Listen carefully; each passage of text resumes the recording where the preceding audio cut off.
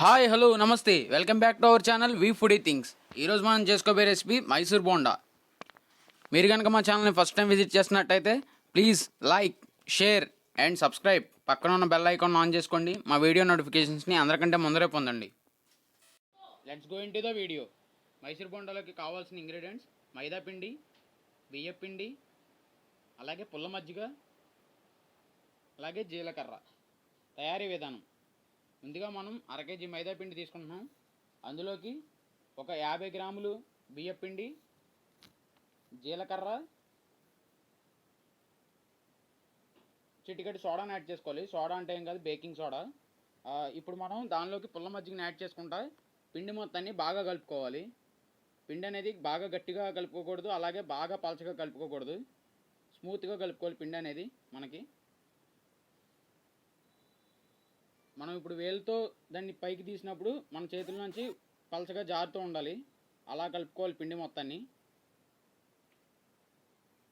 అలా కలుపుకున్న పిండిని మనం 4 to 5 అవర్స్ స్టోర్ చేసుకోవాలి. అలా స్టోర్ చేసుకోవడం వల్ల బజ్జీ అనేది బాగా ఉబ్బుతాయి. ఇప్పుడు మనం బాగా కాగిన నూనెలోకి బజ్జీని వేసుకుంటామే. బజ్జీని వేసుకునేటప్పుడు కొంచెం చేతిని తడుపుకుని అప్పుడు బజ్జీ వేసుకుంటే బజ్జీ స్మూత్గా వస్తుంది.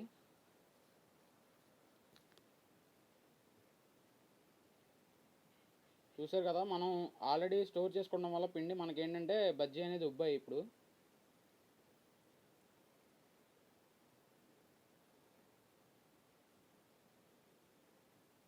అంతే, taste and simple Mysore bonda ready.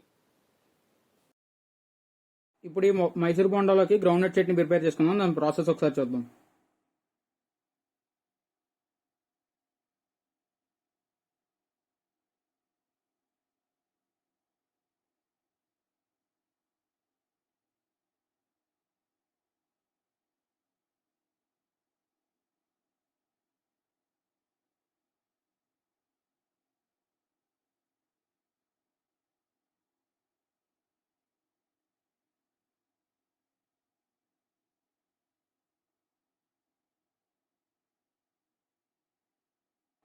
Groundnut chutney preparation ready.